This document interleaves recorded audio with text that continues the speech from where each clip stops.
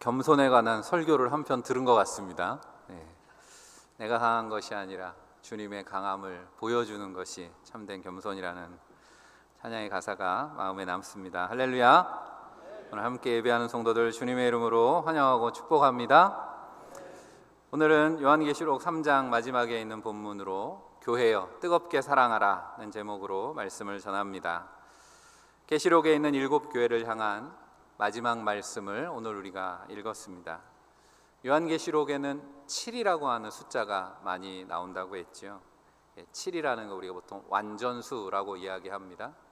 그래서 하늘의 수라고 할 수 있는 3과 땅의 수 4가 합쳐져서 하늘과 땅을 다 아우르는 그런 완전한 숫자라는, 성경적으로 그런 의미를 가지고 있습니다. 그래서 완전과 완성을 뜻하는 숫자인데, 아시아의 7교회를 향한 말씀들을 우리가 이제 다 읽게 된 건데요. 이 7교회는 그 당시, 지금은 이제 튀르키예에 있는, 당시는 소아시라라고 하는 곳에 있는 7개 실존했던 교회이기도 하고, 또 완전수에 담아서 7개 교회를 대표로 말씀을 전했다라고 하는 것은 동시에 모든 시대, 모든 나라, 모든 지역에 있는 교회들을 대표하는 그런 의미로 7교회를 향한 편지를 쓴 것입니다. 그 말씀들 속에서 하나님이 기뻐하시는 교회는 어떤 교회인가, 또 주님의 교회의 본질에 대해서 우리가 지난 6주 또 오늘까지 7주에 걸쳐서 말씀을 나눕니다. 지난 6주 동안 나눴던 말씀들을 기억하고 계시죠? 첫 번째, 에베소 교회를 향한 말씀. 에베소 교회는 소아시아의 어머니 교회와 같은 그런 교회라고 했습니다. 그 에베소 교회를 향해서 주님은 처음 사랑을 회복하라 말씀했습니다. 사랑을 잃어버린다라고 하는 건 교회로서의 정체성, 존재 가치를 잃어버리는 셈이 되는 것이기 때문에 그 잃어버린 내 사랑을 회복하라라고 하는 것이 첫 번째 교회를 향한 주님의 말씀이었습니다.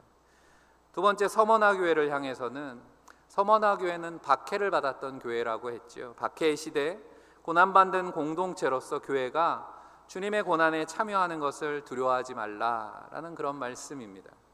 물론 우리가 살아가는 시대에 서머나 교회가 겪었던 것 같은, 초대교회가 겪었던 것과 같은 그런 박해의 시대는 지나갔지만 다양한 모습으로 우리의 삶에 고난은 존재합니다. 그 고난에 참여하는 것, 우리가 사순절이라고 하는 시간도 주님의 십자가 고난을 묵상하면서 우리의 삶에 있는 고난을 주님의 십자가의 고난으로 우리가 그렇게 승화시키는 그런 기간이죠. 이단의 세력이 강했던 세 번째, 버가모 교회에게는 진리의 말씀 위에 견고하게 서라 라고 하는 그런 권면의 말씀을 주셨습니다. 두아디라 교회에게는 교회의 본질은 거룩함이라고 하는 것을 말씀하면서 거룩함을 잃지 않기 위해서 영적으로 싸우라라고 당부하셨습니다.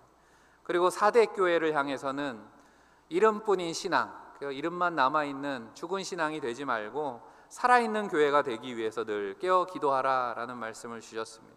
지난주 빌라델비아 교회는 7개 교회 중에 유일하게 책망 없이 칭찬만 받았던 교회라고 했죠. 그렇게 칭찬받은 교회로서 하나님께서 그 교회에 열린 문을 주셨는데, 열린 문이 세상에 복음의 빛을 전하고 생명의 길로 인도하는 그런 교회의 사명을 감당하는 그런 교회의 사명이 되라고 중요성에 대해서 말씀을 했습니다. 이제 마지막 라오디게아 교회에게 주시는 주님의 말씀입니다. 오늘 말씀은 먼저 사랑의 위기에 대해서 말씀하고 있습니다. 처음 에베소 교회에게 주셨던 말씀도 첫사랑을 회복하라라고 하는 말씀이었죠. 그 말씀이 메아리가 되어서 이 마지막 라오디게아 교회에게도 다시 사랑의 주제로 말씀하고 있습니다. 그런데 우리가 생각해 보면 원래 성경 전체의 주제 중에 하나가 사랑이죠. 우리가 성경을 표현하는 여러 가지 방법이 있습니다. 성경을 신약, 구약, 언약의 책이라고도 말씀하죠. 그리고 성경을 계시의 책, 하나님을 보여주시는 그런 책이라고도 할 때 성경에는 하나님이 사랑으로 계시가 되어 있습니다. 특히 사도 요한이 기록한, 우리 요한계시록을 기록한 사도 요한이 요한복음도 기록했잖아요. 요한 1, 2, 3서도 기록했는데 요한 1서 4장 7절 8절 말씀에 하나님의 사랑에 대해서 이렇게 말씀합니다. 우리 같이 한번 읽어보겠습니다. 사랑하는 자들아, 우리가 서로 사랑하자. 사랑은 하나님께 속하는 것이니 사랑하는 자마다 하나님으로부터 나서 하나님을 알고 사랑하지 아니하는 자는 하나님을 알지 못하나니 이는 하나님은 사랑이심이라. 아멘. 성경의 많은 책들 중에 사랑에 대해서 가장 많이 기록하고 있는 책을 우리가 요한일서라고 이야기하는데, 오늘 읽은 이 말씀 속에 하나님을 알기 위해서 우리가 사랑해야 된다라고 하는 거죠. 사랑은, 하나님은 곧 사랑이시기 때문에 사랑을 아는 것이 곧 하나님을 아는 길이다라고 그렇게 말씀해 주고 있습니다. 우리가 지난주에 암송했던 지난 한 주 암송 구절이 요한복음 3장 16절이었습니다. 성경 전체의 요절이라고 교회학교 때부터 그렇게 배웠는데, 하나님의 세상을 이처럼 사랑하사 독생자를 주셨으니 이는 그를 믿는 자마다 멸망치 않고 영생을 얻게 하려 하심이라 말씀합니다. 사랑, 믿음, 영생이라고 하는 단어가 핵심으로 나와 있는, 그러니까 하나님께서 우리를 사랑하셔서 예수 그리스도를 우리에게 선물로 주셨고, 그 하나님의 사랑을 믿는 자에게 구원과 영생을 허락하신다라고 하는 말씀입니다. 그러니까 우리가 구원과 영생을 얻는 길, 그 시작도 바로 하나님의 사랑으로부터 시작했다라고 말씀하고 있는 거죠. 하나님의 사랑이 담긴 성경이 요한계시록이라고 하는 책으로 끝나는 것도 우연이 아니다라고 하는 거죠. 그러니까 요한계시록에 담겨있는 내용이 무엇인가, 요한계시록의 성격이 무엇인가라고 하는 것을 생각할 때도 바로 이 사랑을 우리가 떠올리게 되는 거죠. 요한계시록 1장 1절은 이렇게 시작합니다. 예수 그리스도의 계시라. 예수님께서 말씀하신다, 이렇게도 읽을 수 있지만 예수님께서 자신을 보여주시는 것이라는 거죠. 요한계시록에 주님이 어떻게 드러나 있는가, 우리가 아는 것처럼 요한계시록은 초대교회 박해 시대에 사도 요한이 반모 섬이라고 하는 곳에 유배가 되어서 그곳에서 받은 주님의 계시를 기록한 것입니다. 요한복음에 사도 요한이 자신을 칭할 때 예수의 사랑하는 제자라고 자신을 그렇게 소개합니다.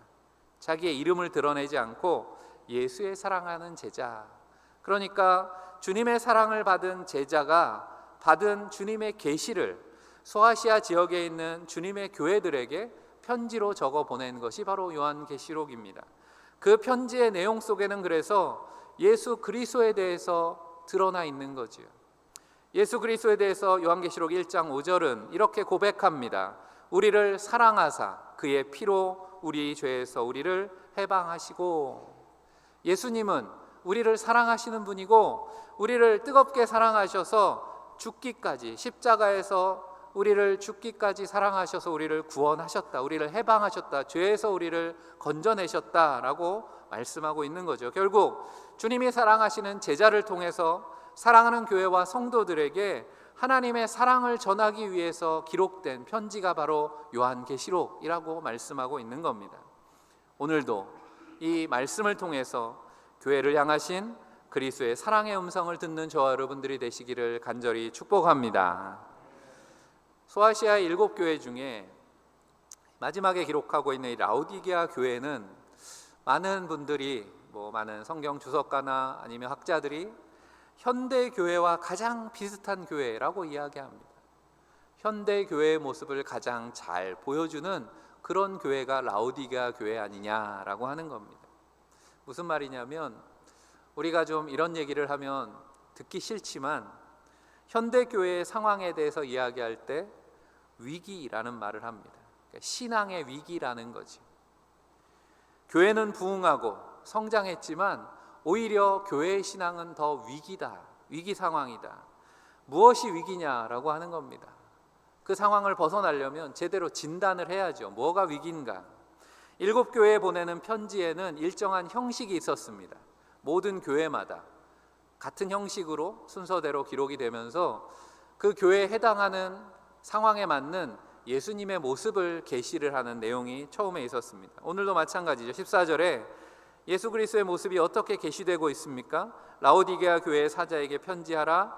아멘이시오, 충성되고 참된 증인이시오, 하나님의 창조의 근본이신 이가 이르시되 라고 말씀합니다. 그러니까 예수 그리스도라는 표현은 나오지 않지만 4가지의 표현이 나옵니다. 여기에 그리스도에 대한 표현 4가지가 아멘이시고 충성이시고 참된 증인이시고 하나님의 창조의 근본이시다라는 것이 다 예수 그리스도를 표현하는 그런 말씀입니다. 그런데 이 네 개의 표현이 다 어디로 수렴하고 있는가? 하나님의 말씀으로 수렴하고 있는 거죠. 아멘이시오라고 했습니다. 아멘이라고 하는 말은 우리가 말씀을 들을 때 아니면 기도 시간에 아멘 하잖아요. 히브리어죠. 확실합니다, 믿습니다, 참됩니다, 이런 의미를 가지고 있는, 우리가 말씀을 들을 때 그 말씀이 참됩니다, 제가 그 말씀을 믿습니다, 그대로 될 줄로 믿습니다 라고 할 때 아멘 하는 거죠. 오늘도 말씀이 마음에 와 닿는다면 크게 아멘 하시기를 바랍니다. 충성되다 라고 하는 건 무슨 말입니까? 충성이라고 하는 우리말 한자어에도 말씀이 그대로 이루어진다 라고 하는 그런 의미가 충성에 담겨져 있는 거잖아요. 예수 그리스도야말로 말씀에 계시된 하나님의 구원의 계획을 성취하시기까지 십자가에 충성하신 분이라고 성경은 말씀합니다. 예수님께서 복음서 가운데서도 주님은 말씀을 이루기 위해서, 구약을 성취하기 위해서 오셨다, 본인을 그렇게 말씀하셨고, 십자가상에서 내가 다 이루었다 말씀하셨던 주님입니다. 참된 증인이라는 말도 복음 자체이신 주님과 너무도 잘 어울리는 그런 표현이죠. 하나님의 창조의 근본이시라고 할 때도 요한복음 1장 1절에 태초에 말씀이 계시니라, 하나님과 그 말씀이 함께 계셨다라고 할 때 예수 그리스도를 말씀으로 계시하는 그 말씀 우리가 생각나게 하는 그런 표현입니다. 이처럼 라오디게아 교회에 계시된 그리스도는 바로 하나님의 말씀이시다라고 하는 겁니다. 그리고 그 말씀에 대한 사랑이 식어버린, 그래서 사랑의 능력도 식어버린 교회의 위기에 대해서 경고하고 계시는 거지요. 예수 그리스도가 말씀이신데 그 말씀에 대한 사랑이 식어버려서 하나님의 사랑의 능력마저도 잃어버린 교회의 현실에 대해서 경고하고 있는 겁니다. 그렇게 진단하시는 주님이 진단과 책망이 섞인 말씀을 15절에 이렇게 말씀합니다. 내가 내 행위를 아노니, 내가 너를 안다 라는 말씀도 모든 교회에 나오는 말씀이죠. 말씀이신 주님이 교회를 잘 안다 말씀하십니다. 그런데 교회의 모습이 어떻습니까? 내가 차지도 아니하고 뜨겁지도 아니하도다. 차든지 뜨겁든지 해야 될 텐데 미직지근하다라고 하는 거죠. 이 말씀을 들을 때 가슴이 찔려야죠. 우리 가슴이 뜨끔합니다. 원래 뜨겁다라고 하는 성경의 말씀은 펄펄 끓는다라고 하는 겁니다. 이 말씀을 듣는 라오디게아 교인들에게는 자연스럽게 떠오르는 것이 그들 주변에 있는 온천입니다. 라오디게아 교회에서, 라오디게아 지역에서 한 10km 정도 가면 히에라볼리라고 하는 온천이 있습니다. 지금도 튀르키예 성지순례를 가면 대개 이제 이 지역을 갑니다. 히에라볼리에 있는 온천지대가 지금도 있습니다. 펄펄 끓는 온천물이 10km를 흘러서 라오디게아 정도에 오게 되면 따뜻한 물이 됩니다. 미지근하죠. 아주 씻기에 딱 좋은. 이 미지근해진 온천물처럼 주님께서 진단하시고 책망하시는 라오디게아 교회의 문제는 사랑의 열정이 그렇게 식어버렸다라고 하는 겁니다. 펄펄 끓어야 되는데 미직지근한 그런 신앙이 되어버렸다. 세상을 향한 하나님의 사랑은 뜨거운 불붙는 사랑인 줄로 믿습니다. 그 사랑의 증거가 바로 예수 그리스도입니다. 생명을 살리기 위해서, 죄인을 구원하시기 위해서 십자가에 목숨을 내어주시기까지, 물과 피를 다 쏟으시기까지 그런 하나님의 마음을 전하시면서 주님께서도 말씀하시는 거죠. 요한복음 13장 34절에 같이 읽겠습니다. 새 계명을 너희에게 주노니 서로 사랑하라. 내가 너희를 사랑한 것 같이 너희도 서로 사랑하라. 아멘. 사랑하라는 말씀이니까 얼마나 듣기 좋은 말씀입니까? 아멘이 저절로 나오는 말씀입니다. 그렇지만 이 말씀에서 우리가 주목해서, 아니면 크게 읽어야 되는 말씀은 내가 너희를 사랑한 것 같이 라고 하는 겁니다. 서로 사랑하라니까 그저 우리 사랑하고 교제합시다, 그런 의미가 아니라는 거죠. 주님의 사랑, 우리를 위해서 목숨을 내어주시기까지 그 불붙는 사랑, 그 사랑을 아느냐? 그 사랑으로 너희도 서로 사랑하라. 우리가 서로 사랑합시다라고 할 때 주님의 그 뜨거운 사랑, 목숨을 내어주시는 사랑으로 사랑하라라고 하는 그런 말씀입니다. 이 사랑의 계명, 이 명령 위에 우리 교회가 세워진 줄 믿습니다. 그러므로 모든 주님의 교회는 그렇게 사랑하는 교회가 돼야 되는 겁니다. 주님처럼 뜨겁게 사랑하는 교회가 되라고 말씀하시는 겁니다. 그 사랑은 죄인을 구원하는 사랑이고 목숨 바치고 희생해서 생명을 살리는 사랑이라고 하는 겁니다. 그러므로 라오디게아 교회에 주시는 주님의 말씀 속에서 교회의 위기는 그 사랑을 잃어버린 위기라고 하는 것입니다. 사실 위기인 줄 알면 희망이 있습니다. 그런데 라오디게아 교회의 심각성은 그 위기를 깨닫지 못하는 데 있다라고 말씀하고 있습니다. 17절에 내가 말하기를 나는 부자라 부요하여 부족한 것이 없다 하나 내 곤고한 것과 가련한 것과 가난한 것과 눈먼 것과 벌거벗은 것을 알지 못하는도다. 스스로는 나는 부요해서 부족한 게 없습니다 한다는 거예요. 나는 신앙생활 잘하고 있다라고 생각한다는 거예요. 내 신앙에 부족한 게 없다고 생각한다는 겁니다. 그렇게 된 데는 라오디게아 교회, 사실 앞서 말한 모든 교회 책망받는 이유들이 다 비슷했잖아요. 그들의 처해 있는 상황과 환경이 그렇게 만들었다라고 하는 겁니다. 라오디게아라고 하는 도시도 실제로 부유한 도시였다라고 하는 겁니다. 사람들이 온천하러 휴양하러 오는 도시니까 얼마나 부유했겠습니까? 당연히 교인들 중에도 여유 있는 사람들이 많았습니다. 지역의 경제가 살아나면 다 부유하게 되는 거잖아요. 하지만 경제적인 풍요가 그들의 신앙을 자만에 빠지게 만들었다라고 하는 겁니다. 잘 살게 되니까 신앙도 좋다라고 착각하고 있다라고 하는 겁니다. 부족한 것이 없다라고 말하는 동안에 하나님의 사랑과 은혜가 없이는 살아갈 수 없다라고 하는 이 사실을 그만 망각하기 시작한 것입니다. 라오디게아 교회가 그래서 현대교회 모습과 제일 비슷하다라고 이야기하는 이유가 여기 이 지점에서입니다. 우리 한국교회, 세계에 갈 것도 없고 한국교회 상황을 생각해 보시라고 하는 거죠. 한국교회 전체 상황, 우리가 다른 교회를 많이 다녀본 게 아니니까 우리 교회만 생각해 봐도 그렇습니다. 대전제일교회 118년 전을 생각해 보시라는 거예요. 일제치하에 그때 우리의 삶의 처지와 형편이 어땠는가. 오늘 말씀에 나오는 것처럼 곤고하고 가련하고 가난했고 눈먼고 벌거벗었다라고 하는 거죠. 정말 글자 그대로 그런 처지 아니었습니까? 한국 교회의 상황뿐 아니라 그 당시 조선의 상황이 그랬잖아요. 지구상에서 정말 어느 곳에 있는지도 모를 정도로 그런 동북아에 있는 가난하고 불쌍한 나라. 그래서 많은 선교사들이 들어와서 이 땅에 복음을 전하고 학교를 세우고 또 구제하고 선교했던 그런 시절을 우리가 기억해야 된다라고 하는 거죠. 그런데 어떻습니까? 하나님의 크신 은혜로 이만큼 성장했다는 거예요. 이제 세계 10대 강국, 5대 강국 안에 들어가는 그런 부강한 나라가 되었습니다. 나라가 잘 살게 되었다는 것 때문에 우리의 신앙도 그렇게 풍요로워졌다고 착각하고 있다라고 하는 겁니다. 내게 부족한 것이 없습니다라고 말한다는 거죠. 하나님의 사랑, 은혜가 필요 없는 것처럼 그렇게 이야기한다는 겁니다. 이처럼 신앙의 큰 위기는 문제의식이 없는 것입니다. 사랑도 잃고 하나님의 사랑을 잃어버리고 말씀에서 멀어져 있는데도 죄인의 성격이 그런 거죠. 죄라고 하는 것이 무감각하게 만드는 겁니다. 그렇다면 두 번째로 이 위기를 극복할 비결은 무엇일까요? 위기라는 의식조차 없는 교회, 그런 라오디게아 교회를 일깨우기 위해서 주님께서 이렇게 말씀하십니다. 18절에 내가 너를 권하노니 내게서 불로 연단한 금을 사서 부요하게 하고 흰옷을 사서 입어 벌거벗은 수치를 보이지 않게 하고 안약을 사서 눈에 발라보게 하라 말씀하십니다. 지금 스스로 부유하다고 생각하지, 하지만 너희 신앙의 지금 현실이 어떤가 다시 한번 돌아보라는 겁니다.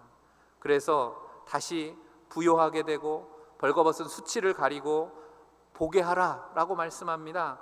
라오디게아의 부유한 삶을 빗대서 말씀하시는 거죠. 그들은 상업이 발달해서 양모 산업으로 옷감이 넘쳐났던, 또 의술 학교가 있어서 유명한 안약이 개발되기도 한 지역이라고 합니다. 그들이 쉽게 이해할 수 있는 예를 들어서, 하지만 주님께서 말씀하시려고 하는 핵심은 뭐냐면 이 말씀 속에서 주목해야 되는 말씀은 무엇을 사고 입고 바르는 것, 그게 아니라 내게서라는 말씀입니다. 주님에게서 사서 입고 발라야 된다라고 하는 거죠. 착각하지 말라는 겁니다. 지금 너희가 누리고 있는 그 풍요로움, 거기에 답이 있는 것이 아니라 주님께 돌아올 때 이 사랑이 회복될 수 있는 줄로 믿습니다. 위기를 극복하는 것은 주님으로부터 시작된다라는 말씀입니다. 그래서 19절에 물은 내가 사랑하는 자를 책망하여 징계하노니 그러므로 내가 열심을 내라 회개하라 말씀합니다. 회개하라는 말은 돌아오라는 거잖아요. 그 가던 길을 돌이키는 겁니다. 주님을 잃어버린 채, 말씀을 잃어버린 채 살던 삶, 나름 신앙생활 잘하고 있다고, 내게는 부족함이 없다고 여기는 이들에게 아니야, 너는 지금 비참해, 가난하고 눈멀고 벌거벗었다, 그런데 깨닫지 못하고 있다, 이렇게 말하는 건 쉬운 얘기가 아니죠. 이런 얘기를 듣고 싶어하는 사람이 어디 있습니까? 다 들으면 듣기 거북해하는 그런 이야기 아닙니까? 하지만 주님은 말씀합니다. 내가 사랑하는 자를 책망한다라고 하는 겁니다. 주님의 말씀을 들으시기를 바랍니다. 뜨거운 사랑을 회복하고 돌아오시기를 바라는 까닭에 이렇게 말씀하시는 거죠. 우리는 사랑이라고 하는 말에 너무 익숙해져 있습니다. 오늘날 사랑이라는 말이 얼마나 많습니까? 하지만 그 사랑도 종류가 있죠. 그 사랑에다 수식어를 붙이기도 합니다. 사랑 앞에 외사랑이라고 하고 짝사랑이라고도 하고, 이런 사랑들은 다 일방적인 사랑이잖아요. 사랑이 지나쳐서 병적으로 상대방을 괴롭히는 그거를 스토킹이라고도 부릅니다. 여러분, 요즘에는 어떻게 다 알게 됐는지 제 전화번호를 알지 못하는 사람이 알아요. 그래가지고 전화가 옵니다. 낯선 번호가 뜨면 물론 대부분 안 받지만 혹시나 해서 받아보면 이렇게 시작합니다. 통화가. 사랑합니다, 고객님.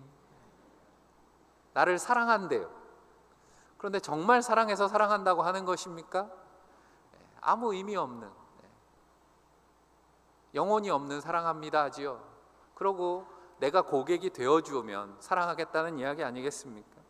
호객행위를 하는 그런 사랑 고백이죠.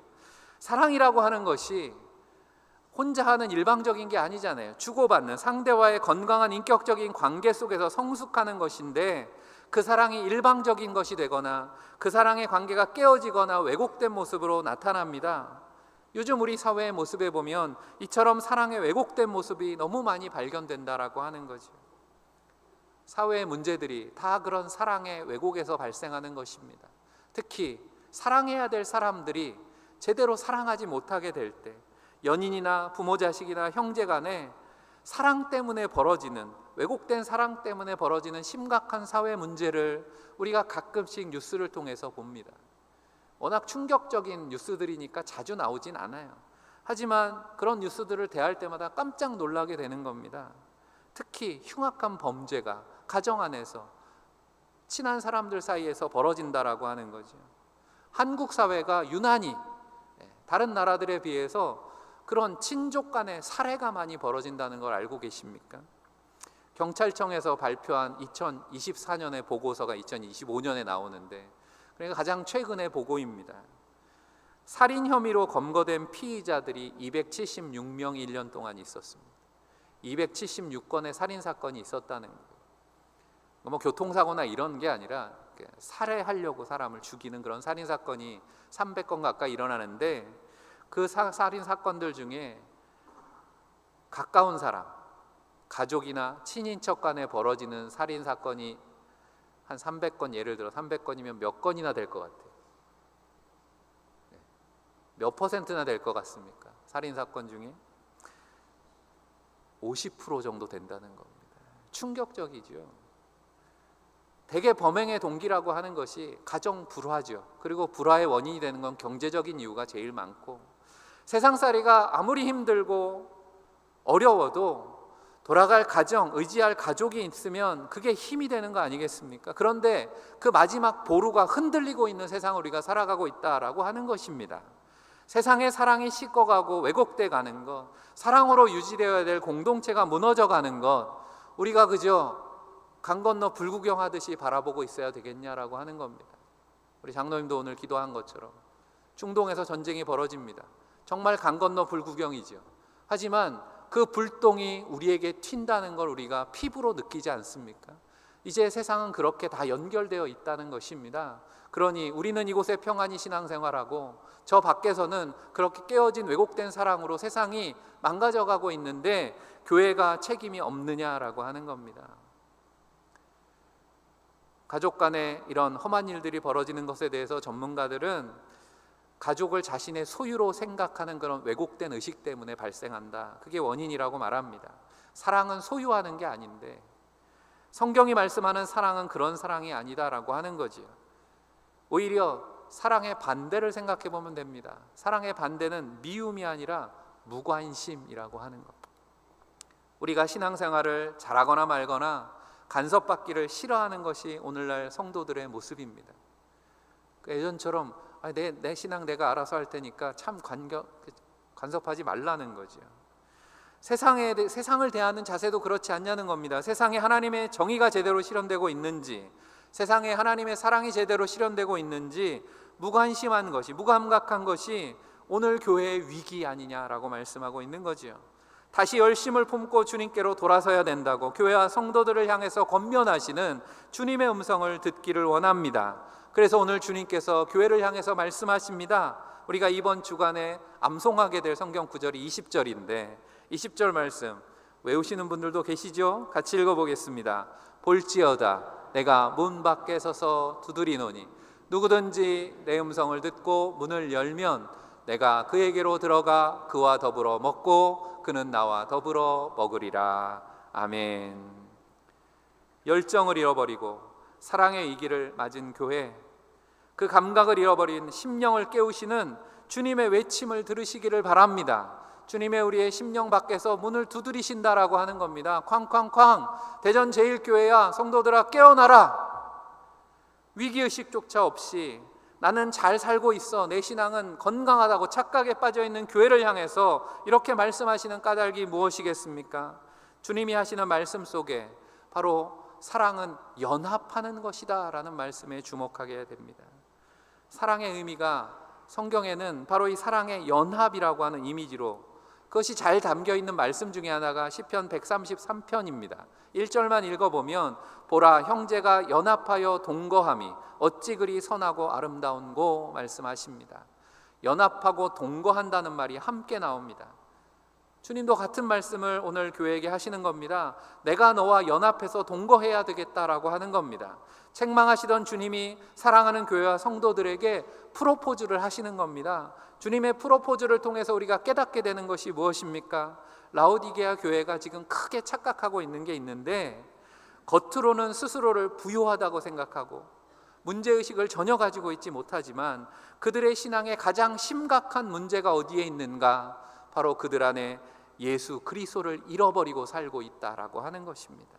그들 안에 예수 그리스도가 계시지 않다는 겁니다. 더 정확하게 말하면 그리스도의 말씀이 담기지 않은 신앙생활을 하고 있다라고 하는 겁니다.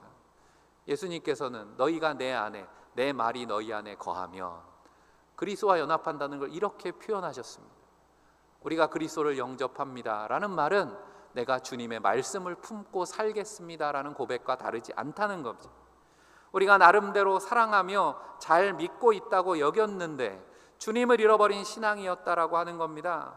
우리는 주님의 교회라고 자랑스럽게 고백했는데 그 뜨거운 주님의 사랑이 빠져 있었다라고 하는 겁니다. 세상에 사랑이 많지만 언제나 우리를 뜨겁게 사랑하시는 주님 안에서 가슴 떨리는 사랑을 할 수 있는 성도들이 다 되시기를 간절히 축원합니다. 그래서 마지막으로 뜨겁게 사랑하려면 우리는 다시 말씀으로 돌아가야 된다라는 거지요.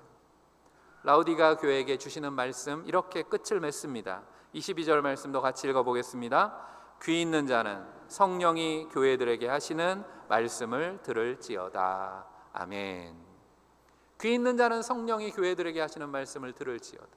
성령은 주님이시니까, 주님의 영이니까 귀 있는 자는 주님이 교회에게 하시는 말씀을 들을지어다 이렇게 읽어도 됩니다. 또 하나님과 같은 분이시니까 귀 있는 자는 하나님께서 교회에게 하시는 말씀을 들을지어다 라고 읽어도 마찬가지입니다. 그런데 사실은 이 같은 말씀이 앞서 6개의 교회에도 똑같이 주어졌다라고 하는 걸 우리가 기억해야 됩니다.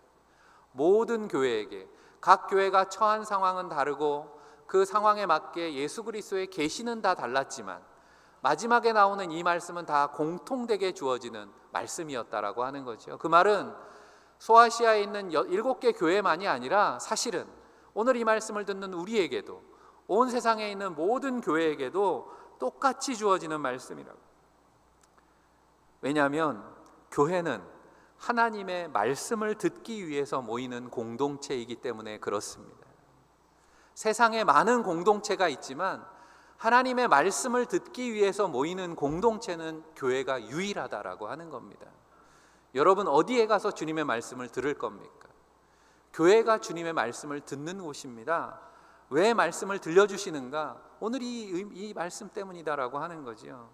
신앙의 회복은 말씀을 듣는 일에서 시작한다고. 로마서 말씀에도 믿음은 들음에서 난다. 우리의 청각이 회복되어야 된다라고 하는 거지요. 신앙이 새로워질 때 나타나는 현상은 그래서 늘 똑같습니다. 여러분들이 은혜 받았다라고 할 때, 내 신앙이 새로워졌다라고 생각될 때, 그때 누구에게나 동일하게 나타나는 현상 중에 하나가 뭐냐면 말씀이 다르게 들린다라고 하는 거예요. 이전까지는 들리지 않았던 하나님의 말씀이 들립니다. 내가 늘 읽었던 말씀인데 새롭게 다가온다라고 하는 거죠. 목사도 마찬가지입니다. 늘 설교를 말씀을 준비할 때 가끔씩 말씀을 읽다 깜짝깜짝 놀랄 때가 있습니다. 성경에 이런 말씀이 있었어 라는 말씀들이 있더라는 거죠. 말씀이 살아있다는 걸 그럴 때 경험하는 거죠. 내가 전에도 수없이 읽었던 말씀인데 그 말씀이 오늘 나에게 새롭게 다가옵니다. 그때 하나님의 사랑의 음성을 듣는 거지요. 주님께서 좋은 땅에 떨어진 씨에 대한 비유를 마태복음 13장에 하시면서 씨가 좋은 땅에 떨어지면, 그러니까 들을 게 있는 그 땅에 떨어지면 그 씨는 100배, 60배, 30배 결실한다라는 비유의 말씀을 주셨습니다. 그 비유의 끝에 있는 말씀이 뭡니까? 마태복음 13장 9절에 귀 있는 자는 들으라 하시니라 라는 말씀이죠. 우리가 주님의 말씀, 그 사랑의 음성을 제대로 듣게 될 때, 주님의 말씀을 내 안에 모시고 주님과 연합하게 될 때 우리 안에 성령의 풍성한 열매들, 말씀의 열매들이 맺히게 되는 줄로 믿습니다. 그러니까 내가 신앙생활 오래 했는데, 아니면 처음엔 뜨거웠는데 내 신앙이 왠지 식어진 것 같고 내 삶에 뭔가 신앙의 열매들이 맺히는 것 같지 않다라고 할 때 오늘 말씀에 귀를 기울여야 되는 겁니다. 이 위기를 극복하는 길은 문 밖에 서서 두드리시며 외치시는 그 주님을 영접하고 성령을 통해 들려주시는 주님의 음성을 다시 듣는 것입니다. 주님이 우리 안에 들어와서 더불어 먹겠다라고 말씀하십니다. 내가 너에게로 들어가 나는 그와 더불어 그는 나와 더불어. 또 뭘 먹겠다는 겁니까? 바로 생명의 양식, 하나님의 말씀인 줄로 믿습니다. 세상을 살아가다 보면 우리가 수많은 소리를 듣습니다. 때로는 우리가 들을 수 없는 소리도 있다고 하지요. 사람의 청각을 넘어서는 그런 소리도 있습니다. 그런데 평소에는 들리지 않던 소리가 가끔 우리가 자연 속에 가서 조용히 있다 보면 우리가 도시에서는 듣지 못했던 풀벌레 소리를 듣기도 합니다. 아니면 새벽에 조용히 깨어서 기도하다 보면 시계의 초침의 소리가 들리기도 합니다. 낮에는 들리지 않던 소리가 들린다는 거죠. 우리가 하나님의 음성을 듣기 시작할 때 우리도 마찬가지입니다. 우리가 그동안 얼마나 많은 하나님의 말씀을 놓치고 살았는가에 놀라게 된다라고 하는 것입니다. 지난 금요일 다락방 기도회 시간에 말씀했습니다. 성경에는 3,000개가 되는 하나님의 약속이 있다는 거예요. 제가 세본 게 아니고 누군가 세보셨나 봐요. 책에서 읽은 이야기입니다. 성경에는 하나님이 우리에게 주시고자 하시는 3,000개나 되는 약속의 말씀이 있다는 겁니다. 그런데 우리는 하루 종일 수많은 생각에 사로잡혀서, 내 생각에 사로잡혀서 걱정하고 염려하느라고 그 풍성한 하나님의 약속의 말씀을 날마다 놓치며 살아가고 있다라고 하는 것입니다. 주님이 이 땅에 오셨을 때 주님의 사역 가운데 일어났던 놀라운 일들 중에 하나가 뭐냐면 귀를 듣지 못했던 사람들이 회복되는 것이었습니다. 그리고 주님의 비유의 가르침에 오늘 본문에서처럼 들을 귀 있는 자는 들을지어다 라는 말씀으로 끝을 맺는 것은 의미가 있습니다. 오늘 우리의 무뎌진 신앙을 일깨우시는 주님의 음성을 듣는 저와 여러분들이 되시기를 바랍니다. 사랑하는 성도 여러분, 우리가 익숙해져서 좋은 것도 있습니다. 편하죠. 하지만 신앙생활은 너무 익숙해지면 안 됩니다. 타성에 젖어서 신앙생활하는 사이에 내 안에 주님을 잊어버릴 수 있다라고 하는 것을 우리가 명심해야 되겠습니다. 사랑하며 산다라고 하지만 주님이 빠진 사랑, 우리는 그런 사랑을 하면서 아무 일 없는 것처럼 생활할 수 있다라고 하는 겁니다. 스카펙이라고 하는 우리나라에도 많은 책으로 유명해진 분이 사랑의 반대는 게으름이라고 했습니다. 로마서 12장 11절에 그리스도인의 삶에 대해 교훈하는 말씀 속에 부지런하여 게으르지 말고 열심을 품고 주를 섬기라 그랬습니다. 지난 5일 목요일이 우리 24절기 중에 경칩이라는 절기였습니다. 경칩이 무슨 뜻인지 아시나요? 한자어인데 놀랄 경자입니다. 그리고 칩자는 숨을 칩자죠. 그러니까 겨울잠 자던, 숨어서 칩거한다 그러죠. 숨어 지내던, 겨울잠 자던 동물들이 봄의 따뜻한 온기에 놀라서 깨어 일어난다, 뭐 이런 의미를 담은 경칩을, 개구리도 튀어나오고 하는 절기잖아요. 그리스도의 사랑의 음성에 우리의 잠든 신앙도 깨어나시기를 간절히 축원합니다. 처음 에베소 교회를 향해서 주셨던 그 사랑의 메시지가 이제 마지막 라오디게아 교회를 향한 말씀에 다시 메아리가 되었습니다. 교회여, 내 첫사랑을 잃어버렸다. 그 사랑을 회복하라. 그리고 뜨겁게 사랑하라. 그 사랑의 비결이 주님께 있음을 믿습니다. 사랑의 주님이 오늘 우리의 마음을 두드리는 소리를 들으시기를 바랍니다. 주님을 우리의 마음에 모시고 주님과의 사랑의 연합을 통해서 우리 안에 주님 닮은 뜨거운 사랑이 회복될 줄로 믿습니다. 주님 사랑이 담긴 말씀에 날마다 귀 기울이시고 사랑을 잃어버린 채 왜곡된 사랑으로 물들어 망가져가는 세상을 다시 깨우고 세상을 변화시키는 사랑이 넘치는 뜨거운 사랑을 나누는 교회와 성도들이 다 되시기를 주님의 이름으로 간절히 축원합니다. 기도하겠습니다. 언제나 우리를 불붙는 사랑으로 사랑하시고 함께 하시는 하나님의 놀라우신 은혜를 감사합니다. 사랑이 식어지고 왜곡된 세상 속에 무기력하고 무책임하게 살고 있지는 않았는지 돌아보며 회개합니다. 주님, 날마다 우리의 마음을 두드리시는 주님의 사랑의 음성에 응답하며 살게 하여 주옵소서. 주님의 그 말씀을 마음에 새기고 주님 닮은 뜨거운 사랑을 세상에 나누며 살게 도와 주옵소서. 지금도 우리 안에 사랑으로 거하시는 우리 구주 예수 그리스도 이름 받들어 간절히 기도하옵나이다. 아멘.